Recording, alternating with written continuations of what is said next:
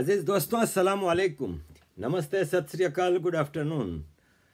मंगल के दिन French parliament ने एक बिल पास किया है जिसको कि सैमुअल पैटी के नाम से सैमुअल पैटी बिल कहा गया है। सैमुअल पैटी वो टीचर है जिसको कि एक इस्लामिस्ट ने गर्दन काट दी थी और उसका कत्ल किया था ब्लास्फेमी के नाम पे। तो तब से फ्रांस ने बड़ा सख्ती से इसके ऊपर एक्शन लिए हैं और ये जो ग्रोइंग फैशिज्म है on the name of religion, उसको रोकने के लिए और अपनी फ्रेंच लिबरल वैल्यूज़ को स्ट्रेंथन करने के लिए काफ़ी फ्रेंच प्रेसिडेंट ने भी बयानात दिए थे और चीज़ें की थी। काफ़ी एक्शन भी लिए गए थे। कई मस्जिदों को बंद भी किया गया था, कई मदरसों को बंद किया गया था और कई जगहों पे छापे मार के चीज़ों को कंट्रोल में लिया गया था। इसके अगेंस्ट में ऑफ कोर्स रेजिस्टेंस भी हुआ और जो फंडामेंटलिस्ट ग्रुप्स थे उन्होंने काफ़ी रेजिस्ट करने की कोशिश की, लेकिन बहरहाल फ्रेंच अथॉरिटीज़ ने उसको कंट्रोल कर लिया। अब मैं यहाँ पे आपको कुछ चीज़ें बताना चाहता हूँ। देखें, फ्रांस एक सेक्युलर कंट्री है और एक one of the most liberal societies of the world है और दे हैव ए वेरी को एग्जिस्टेंट वैल्यूज़ हैं जो कि सोसाइटी में वो किया गया है, जिसकी वाज़ह मिसाल मैं आपके सामने हूँ। मैं उठ के पाकिस्तान से आया था और मुझे उन्होंने नेशनलिटी भी दी। मुझे हमेशा फ्रांस ने मैं चाहे फ्रांस में रहा कि फ्रांस से बाहर रहा, मुझे फ्रेंच नेशनल हुए 25 साल हो गए। 96 में मैंने फ्रेंच नेशनलिटी हासिल की थी। तो 25 साल से मैं एज ए फ्रेंच सिटीज़न अपने कंप्लीट राइट्स और very proud to be French कि मुझे उन्होंने हमेशा इक्वल राइट्स दिए हैं, टोटल फ्रीडम दी है और मैं चाहे जहाँ भी रहा हूँ, इवन यहाँ लंदन में रहता हूँ, मैं और मेरे बच्चे फ्रेंच सिटीज़न हैं और हमें यहाँ की फ्रेंच कौंसलेट पूरा हमारा ख्याल रखती है। अभी last Sunday French foreign minister ने, चूँकि आपको पता है कि यहाँ पे ब्रेग्ज़िट हुआ है 31 दिसंबर से, तो ब्रेग्ज़िट का मतलब ये होता है कि जो भी अब इंग्लैंड जो है वो यूरोपियन यूनियन से अलग हो गया है। तो हम पहले एक कॉमन मार्केट थी तो हम मुंह उठाए आ गए थे, फ्रांस से यहाँ पे आके रह रहे थे एज ब्रिटिश, हमारे राइट्स थे। लेकिन अब ब्रेग्ज़िट के बाद ये चीज़ें ख़त्म हो गई और अब जिसको भी यूरोपियन यूनियन के मेंबर मुल्क से यहाँ पे आना है तो उसको यहाँ पे अपनी जॉब दिखानी है, अपना एक सिस्टम है उसको फॉलो करना है। जैसे कि एक इंडियन आता है यहाँ पे रहने के लिए इंग्लैंड में, वैसे ही एक फ्रेंच को या बेल्जियन को, जर्मन को करना होगा। तो ब्रेग्ज़िट के बाद ये सब हुआ तो लास्ट संडे को फ्रेंच फॉरेन मिनिस्टर ने यहाँ पे लंदन में रहने वाले फ्रेंच लोगों से ऑनलाइन एड्रेस किया और सवालात के जवाब दिए थे। मैंने भी उसमें ईमेल की थी इनको और मुझे ईमेल आई थी पहले कि भाई आप फ्रेंच फॉरेन मिनिस्टर से कोई सवाल करना चाहें तो हम लोगों का पूरा ख्याल रखता है फ्रांस और एक ऐसे लिबरल सोसाइटी हमें पूरे मौके दिए हैं और मैं धड़ल्ले से पूरी दुनिया में घूमता फिरता हूँ, आवाज़ उठाता हूँ अपने मज़लूम पाकिस्तानियों के लिए, मज़लूम लोगों के लिए, ह्यूमन राइट्स के लिए। और मुझे फ्रेंच लोगों ने इतने ही राइट्स दिए हैं जितने किसी इंडिजिनियस फ्रेंच को हासिल हैं। इस लिबरल सोसाइटी ने एक लॉ पास किया, सैमुअल पैटी लॉ, जिसको कि कई लोग जो कि उसको अपोज करना चाहते हैं वो फ्रांस की लिबरल वैल्यूज़ के ख़िलाफ़ करार दिया कि ये आप पाबंदियां लगा रहे हैं एक मखसूस ग्रुप यानी मुसलमानों के ऊपर वगैरह वगैरह। तो उसके बैकग्राउंड में जाने से पहले मैं आपको ज़रा बताना चाहूँगा कि ये लॉ है क्या। सैमुअल पैटी लॉ जो पास हुआ है वो उसको सपोर्ट में 347 मेंबर्स ने वोट डाला, 151 मेंबर्स ने उसको अपोज किया और 65 एब्सेंट रहे। तो ये 2/3 मेजॉरिटी से ये लॉ पास हो गया है। इस लॉ के तहत एक तो ये है कि पॉलीगेमी यानी दूसरी शादी, वैसे ही यूरोपियन वैल्यूज़ नहीं है, यहाँ पे एक शादी अलाउड है, लेकिन यहाँ पे मुसलमानों को ढील दी हुई थी कि आप शादी कर सकते हैं। इंग्लैंड में तो अभी भी किसी ने 2 तो किसी ने 4 शादियाँ की हुई हैं। ठीक है, लीगली वो इंग्लैंड के कानून में उनकी एक ही बीवी को एज ए वाइफ एक्सेप्ट किया जाता है, लेकिन बाकी को भी फैसिलिटीज़ मिली हुई हैं बच्चों को और वगैरह वगैरह। लेकिन फ्रांस ने अब इसको लीगली गैर कानूनी करार दे दिया है कि अगर किसी आदमी का पता चल जाए कि उसने दूसरी शादी की है कहीं, तो पहली शादी को ख़त्म किए बगैर, तो उसको सज़ा होगी। इसी तरह मस्जिदें, मदरसे, स्पोर्ट्स क्लब, एसोसिएशंस, ऑर्गेनाइजेशंस, इन सब के ऊपर एक कंट्रोल डाला गया है इस लॉ के तहत, ताकि वो देखा जाए कि मस्जिदों को, मदरसों को, एसोसिएशंस को, स्पोर्ट्स क्लब्स को किसी बैरूनी एजेंडे के तहत कोई मदद नहीं मिलती, और इनको सख्ती से पाबंद किया गया है। मदरसों को एज सच तकरीबन ख़त्म कर दिया गया है, और कोई प्राइवेट रिलीजियस स्कूल्स की इजाज़त नहीं दी है। स्कूल जो मेन स्ट्रीम स्कूल्स हैं उन्हीं में एजुकेशन दी जाएगी। तो ये सारी चीज़ें हैं। इसके अलावा एक होता था कि जो मुसलमान ख़ास तौर पे, क्योंकि ये इस लॉ में कहीं इतना ज़्यादा मुसलमान नहीं किया गया, लेकिन बहरहाल ये लॉ एक्सट्रीमिस्ट इस्लामिस्ट के ख़िलाफ़ है। तो थ्रेटनिंग के ऊपर काफ़ी सख्ती से वो किया है कि सरकारी मुलाजमीन जो हैं, सरकारी कर्मचारी जो कि सिविल सर्वेंट्स हैं, उनकी बाकायदा अब सेक्युलर लाइन में ट्रेनिंग होगी। सिक्युलर नहीं जैसे भारत में है वैसे नहीं, सेक्युलर, प्योर सेक्युलर वैल्यूज़ में इनकी ट्रेनिंग होगी। और उनको अगर कोई थ्रेटन करता है रिलीजन के नाम पे या किसी चीज़ के नाम पे, तो उसके लिए जेल की सज़ा भी रखी गई है।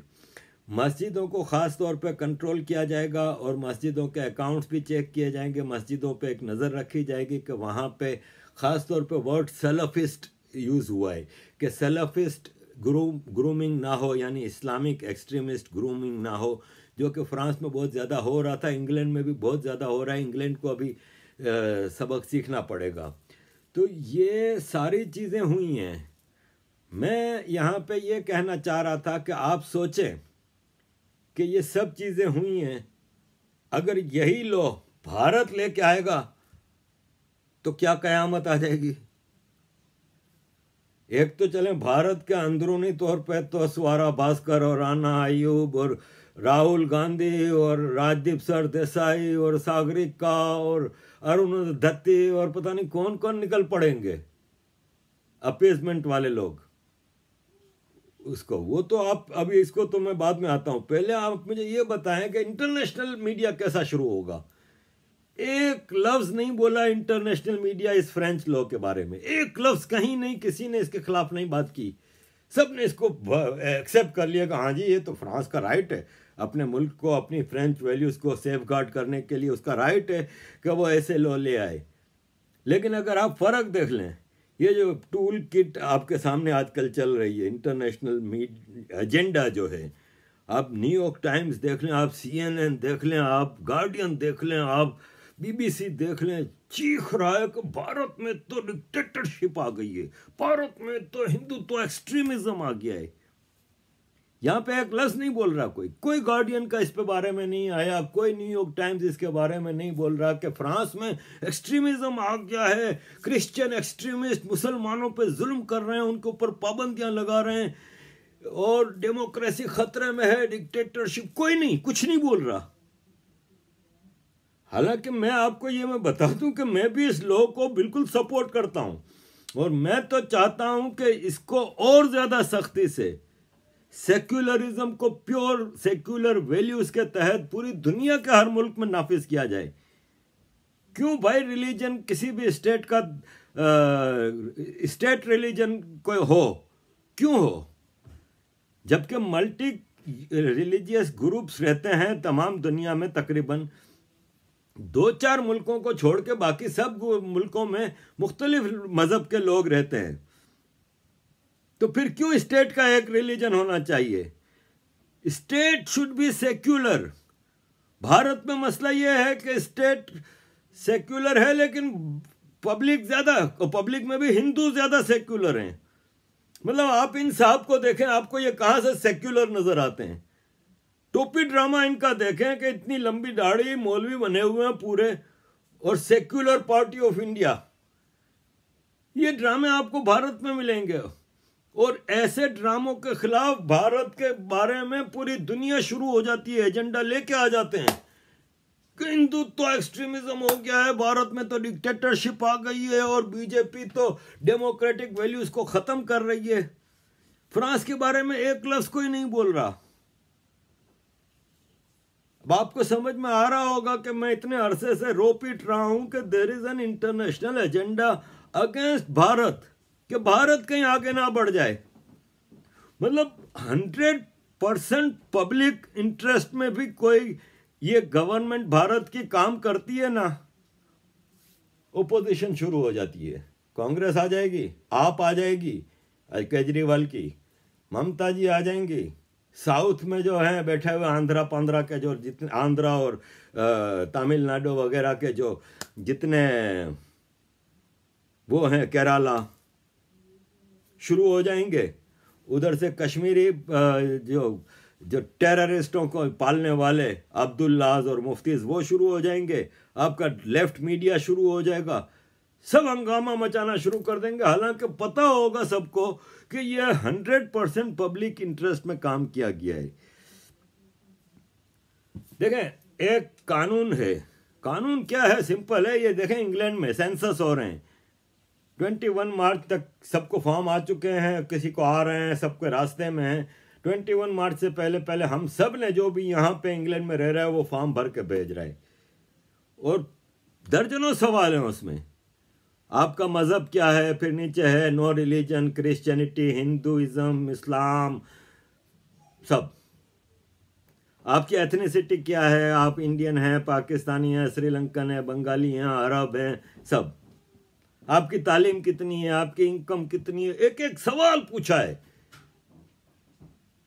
This is UNPR। NPR जो है ना, पॉपुलेशन, नेशनल पॉपुलेशन रजिस्टर, ये है। और ये आज का नहीं है, ये हर 10 साल बाद इंग्लैंड में होता है। मैं पहले भी अपनी वीडियो में बता चुका हूं कि मैं अभी यहाँ पे अपने घर से बाहर निकलता हूं, मेरे पास कोई पासपोर्ट नहीं, कोई ID कार्ड नहीं, कोई आधार कार्ड नहीं, कोई बैंक कार्ड नहीं, कुछ भी नहीं, मैं सब कुछ खाली बाहर निकल जाता हूं। मुझे पुलिस पकड़ लेती है, हाँ ये ID कार्ड, मैं कहता हूँ सॉरी मैं तो घर पर भूल गया। तो कहेंगे अच्छा तुम्हारा नाम क्या है, मैं कहूँगा ये मेरा पूरा नाम है। कहेंगे अच्छा डेट ऑफ बर्थ क्या है, मैं कहूँगा ये डेट ऑफ बर्थ है। खाली इतना ये डालेगा अपने कंप्यूटर में, उधर मोबाइल पे या अपने आईपैड पे या किसी पे भी, मेरी फोटो भी आ जाएगी, मेरी पूरी फाइल आ जाएगी उसके सामने। भारत में क्या है, हम कागज नहीं दिखाएंगे। क्यों बे? बनाना रिपब्लिक बनाकर रखा था कांग्रेस ने, अभी तक बनाना रिपब्लिक ही बना के चलना है। आप लेके आओ NPR, पूरी दुनिया चीखना शुरू कर देगी, वेस्ट पूरा चीखना शुरू कर देगा इनका मीडिया। जबकि इनके अपने मुल्कों में यह है कि हमें फॉर्म भेजा गया है, उसमें एक एक डिटेल पूछी है। वो मजा ले जो मैं कह दूं कि मेरे पास कागज नहीं है, मैं कागज नहीं दिखाऊंगा, मेरे दादा का कागज नहीं थे और मेरे परदादा के कागज नहीं थे, गुजरात राइट्स में जल गए थे, फलां हो गया था, ढुमका हो गया था। यानी चलने दो जैसे सिलसिला चल रहा है। उधर से रोहिंग्या आते रहे, इधर से पंजाब से ड्रग पाकिस्तान से आती रहे, इधर से कश्मीर में इन्फिल्ट्रेशन होती रहे, चलने दो। आसाम में आ जाएं उधर लोग, कोई मसला नहीं है, कागज नहीं दिखाएंगे। और ये वो लोग हैं जो भारत में बैठ के जो इसकी मुखालफत कर रहे हैं ना, राना अयूब जैसे लोग, अरफा खानम शेरवानी जैसे लोग, जब ये पेरिस एयरपोर्ट पर उतरती हैं ना, जब यहाँ पे अपने ब्रेक लेने के लिए आती हैं, तो इनको कहा जाए ना कि अपने कपड़े भी उतार के दिखाओ, तो दिखाती हैं। इस NPR को ये उसके खिलाफ चल रही हैं। लेकिन फ्रांस में, यूरोप में, अमेरिका में ये सब NPR चल रहा है, कोई नहीं बोलेगा, कोई इंटरनेशनल मीडिया भी इस पर आवाज नहीं उठाएगा, मजे से एक्सेप्ट कर रहे हैं इसको, क्योंकि ये जरूरी है। सिर्फ बनाना रिपब्लिक में अवाम के रिकॉर्ड नहीं होते। इवन आपको मैं दिखा दूं कि बनाना रिपब्लिक ऑफ पाकिस्तान में नादरा है, नादरा नाम का नेशनल अकाउंट फॉर डेटा करके कुछ है, रजिस्ट्रेशन करके, नादरा, सबका रिकॉर्ड है। मेरा बच्चा पैदा हुआ बेल्जियम में, मैं पाकिस्तान एम्बेसी में गया ब्रसल्स में, मैं कहा ये जी मेरी बेटी है, ठक रिकॉर्ड में आ गया। फिर बेटा पैदा हुआ एम्स्टर्डम में, मैं पाकिस्तान एम्बेसी हॉलैंड में गया, एम्स्टर्डम में, उन्होंने टक टक। फिर मेरा बेटा कराची में पैदा हुआ जब मैं मेयर था। मेरा कोई भी बच्चा जो कि बाय बर्थ यूरोपियन है और पाकिस्तानी भी है, वो खाली अपना नाम और डेट ऑफ बर्थ बताएगा, नादरा में से उसका सारा कुछ चिट्ठा आ जाएगा। बनाना रिपब्लिक में भी उनके पास सबका रिकॉर्ड है, लेकिन आप लेके आओ भारत में एनपीआर, शुरू हो जाएंगे ठक करके, अरे कयामत आ गई है, ये क्या हो गया, भारत में तो हिंदुत्व, एक्सट्रीमिज्म और पेपर मांग रहे हैं, कागज मांग रहे हैं। दुनिया में अंग्रेज ब्रिटिश से ज्यादा मगरूर कौम कोई नहीं है। आपको मैं बता दूं कि मैं जब नया नया यूरोप आया था तो हमारे बेल्जियम में, फ्रांस में सबके आईडी कार्ड होते हैं, जैसे भारत में होते हैं, पूरी दुनिया में होते हैं, इंग्लैंड में नहीं होते थे।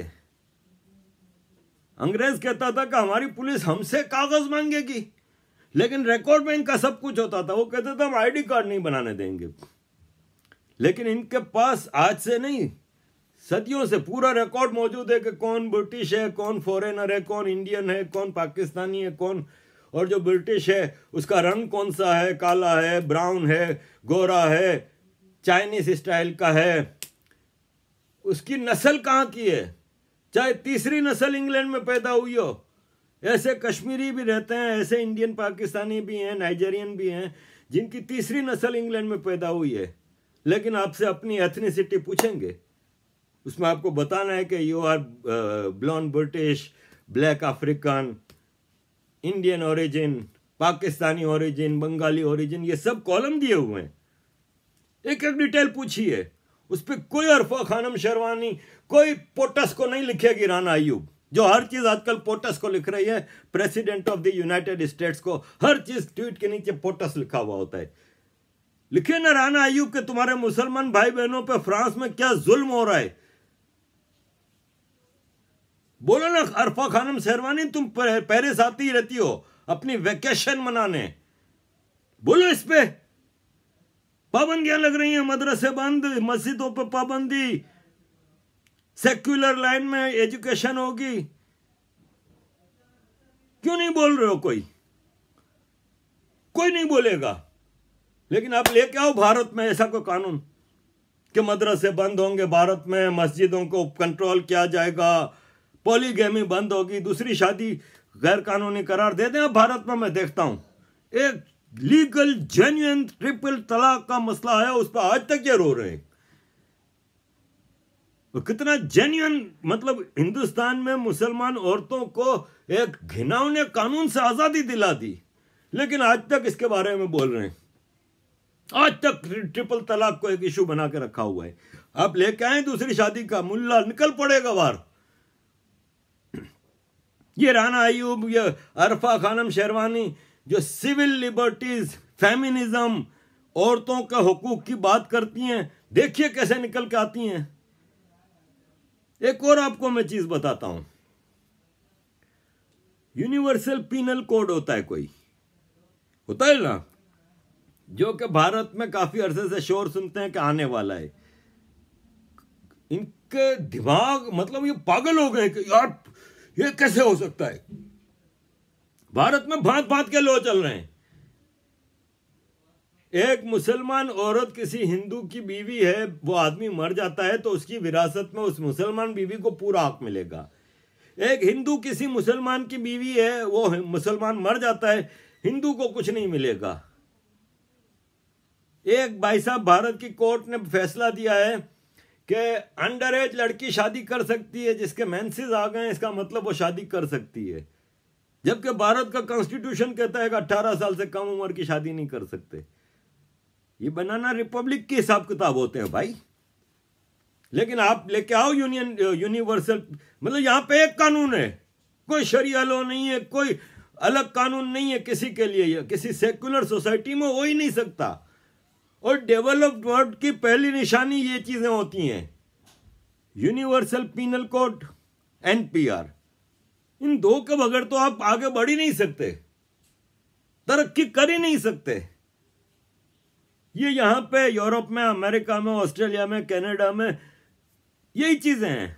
रशिया, कोई दो कानून नहीं है, एक इनका पीनल कोड है पूरे तमाम रहने वालों के लिए उस मुल्क में।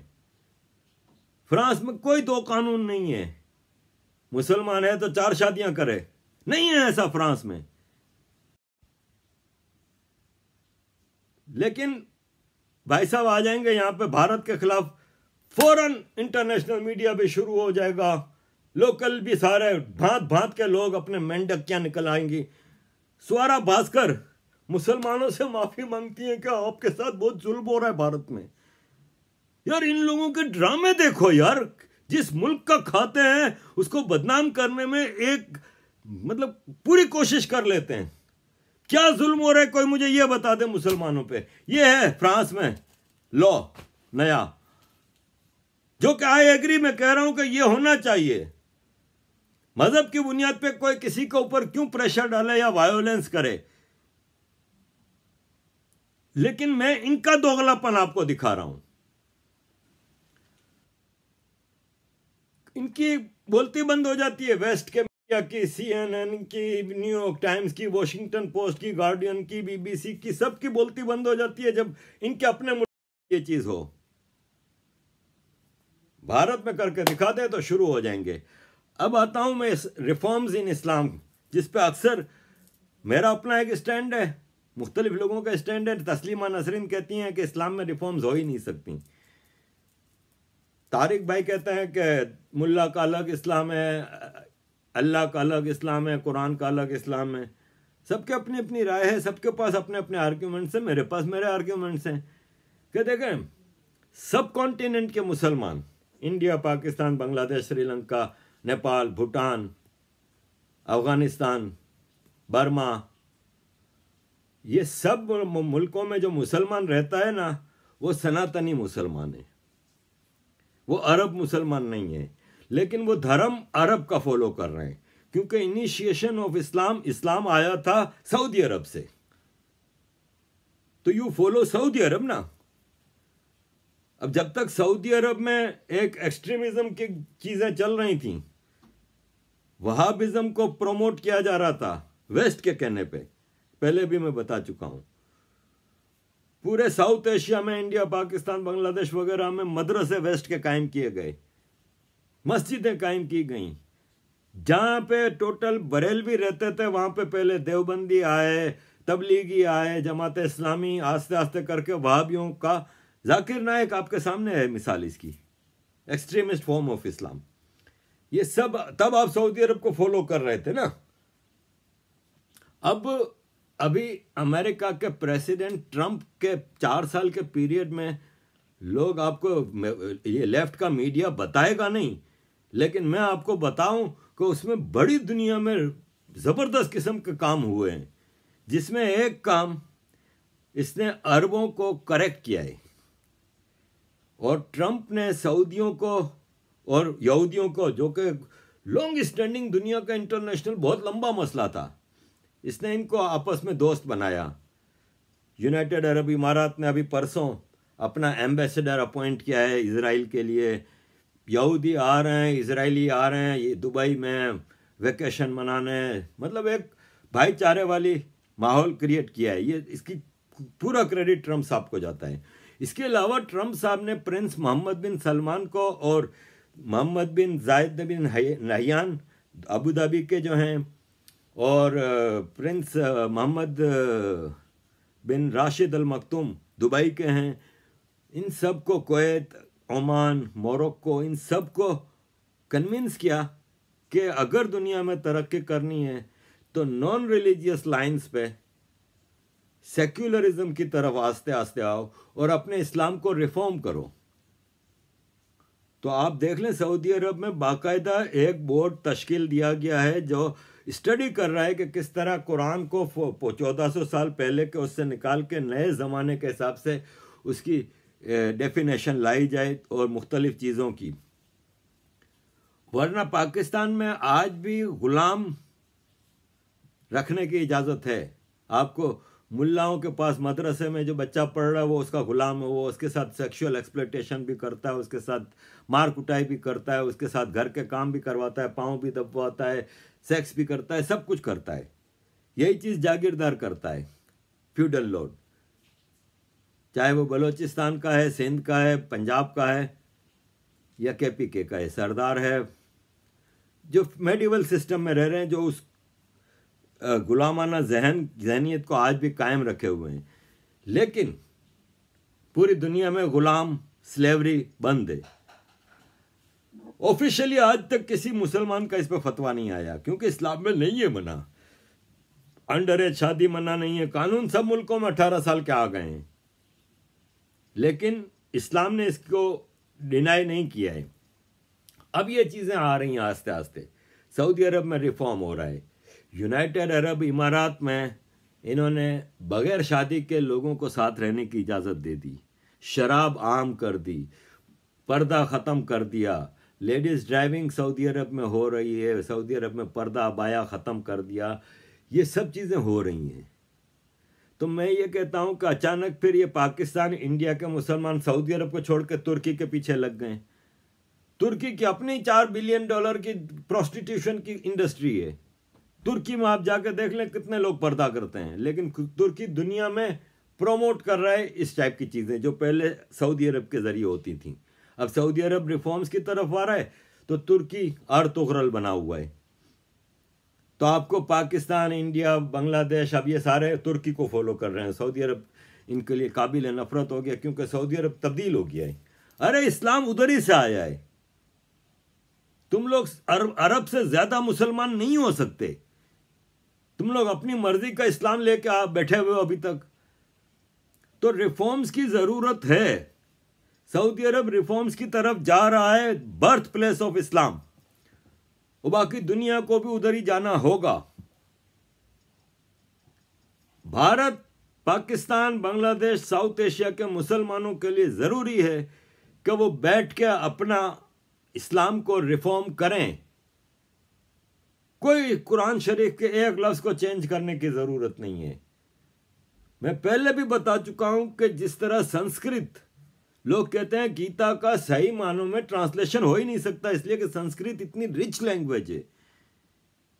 इसी तरह अरबिक भी एक पुरानी ज़बान है, उसके एक एक ज़ेर ज़बर ऊपर नीचे होने से, पेश होने से मतलब बदल जाते हैं।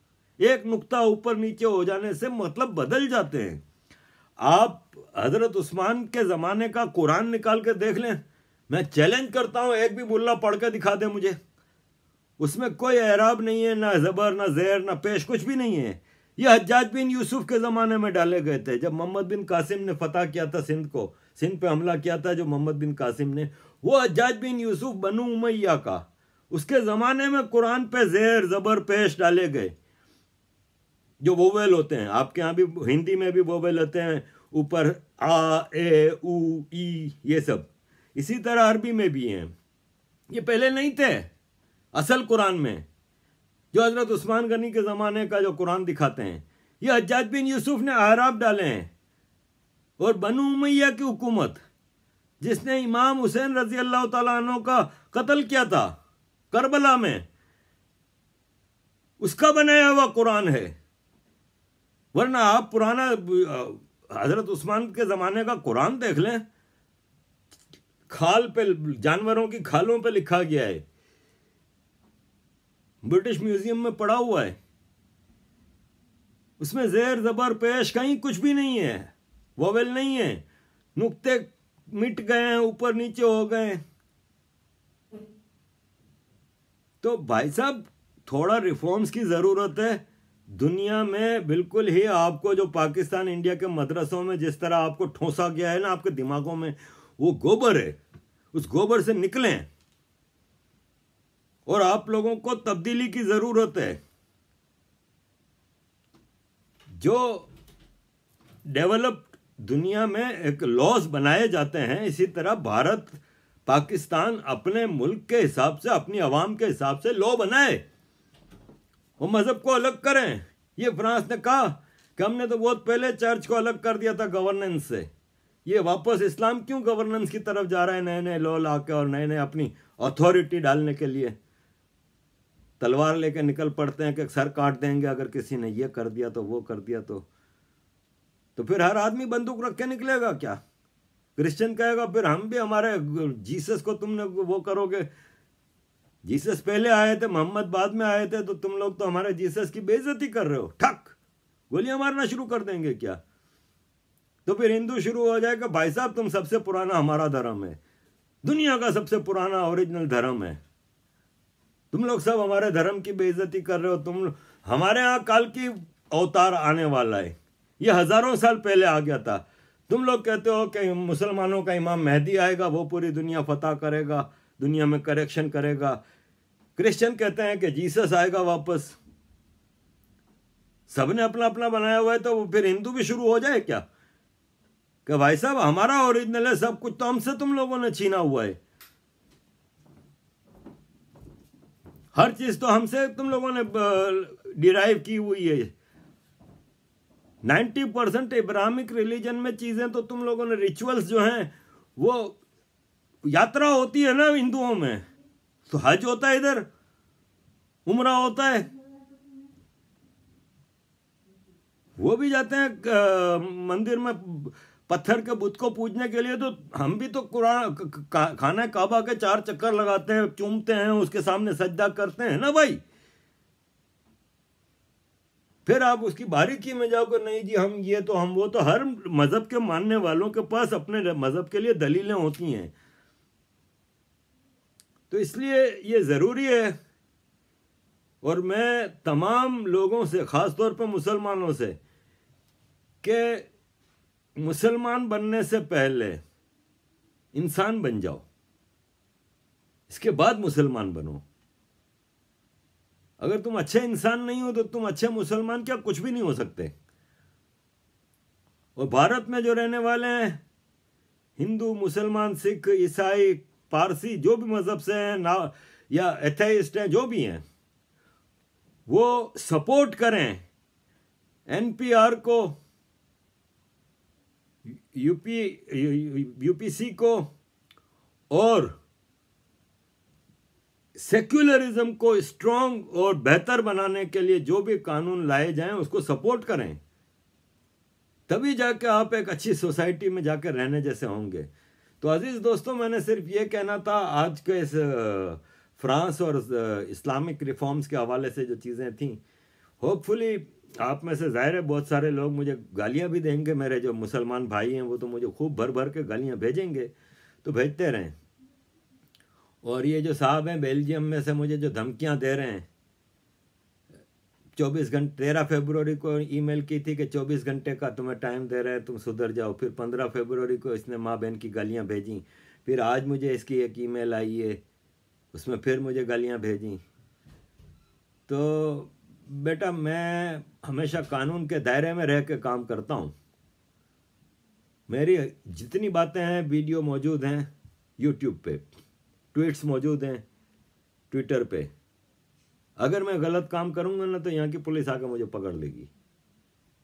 तो मैं इसीलिए तुम्हारी किसी बात का जवाब नहीं देता कि मैंने यहाँ की पुलिस के हवाले सारी चीज़ें की हुई हैं। अब थोड़ा जाहिर है ब्रेग्जिट हो गया है तो थोड़ा टाइम लगता है, आएगी बेल्जियन पुलिस तुम्हें पूछने के लिए आएगी कि भाई साहब किस हिसाब में धमकियां दे रहे हो, एक फ्रेंच सिटीजन को तुम किस हिसाब में धमकियां दे रहे हो, तो उसको जवाब दे देना। मेरी तरफ से जवाब की उम्मीद ना रखो।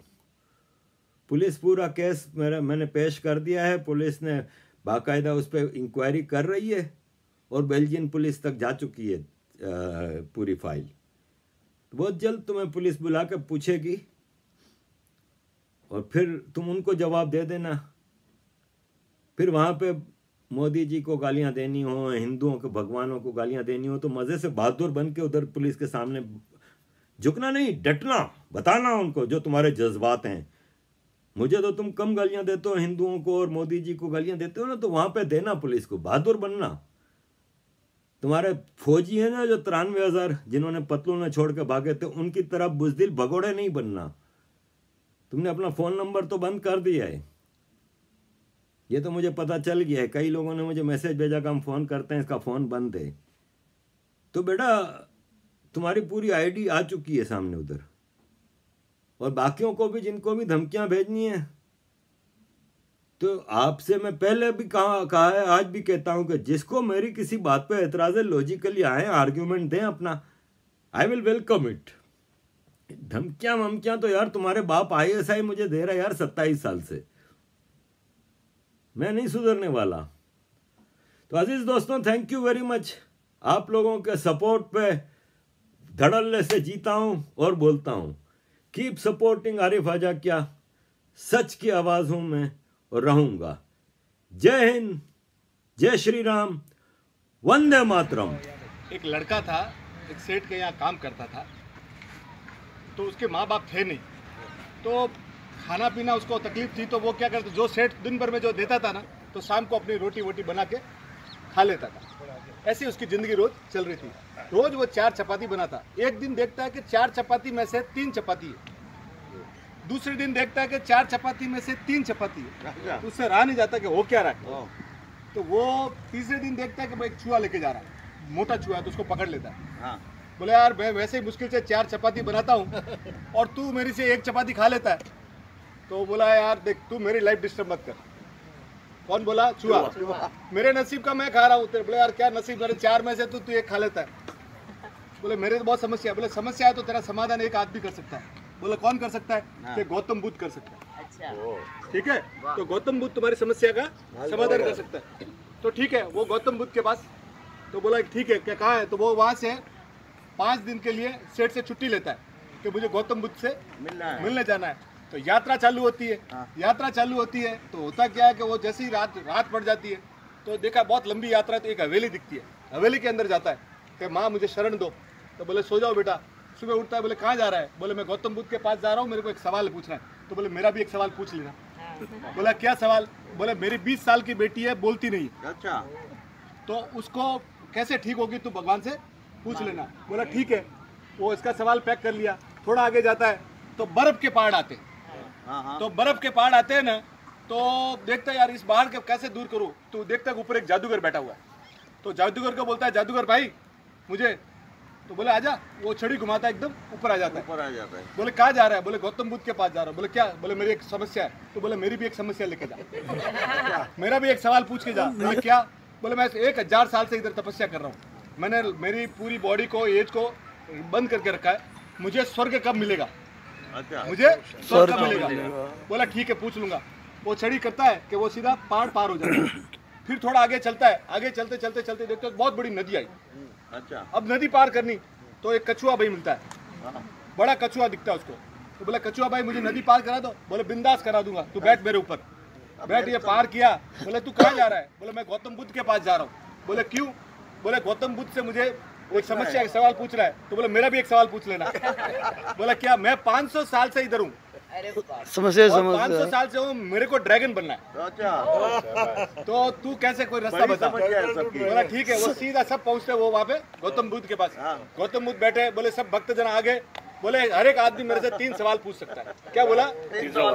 अब ये सोचा मेरे पास तो 4 सवाल है, 3 तो लेके आए। अब मैं उसका 500 साल से कछुए का अगर सवाल नहीं पूछूं तो तकलीफ हो जाएगी। 1000 साल वाला वो जादूगर का नहीं पूछूं तो तकलीफ हो जाएगी।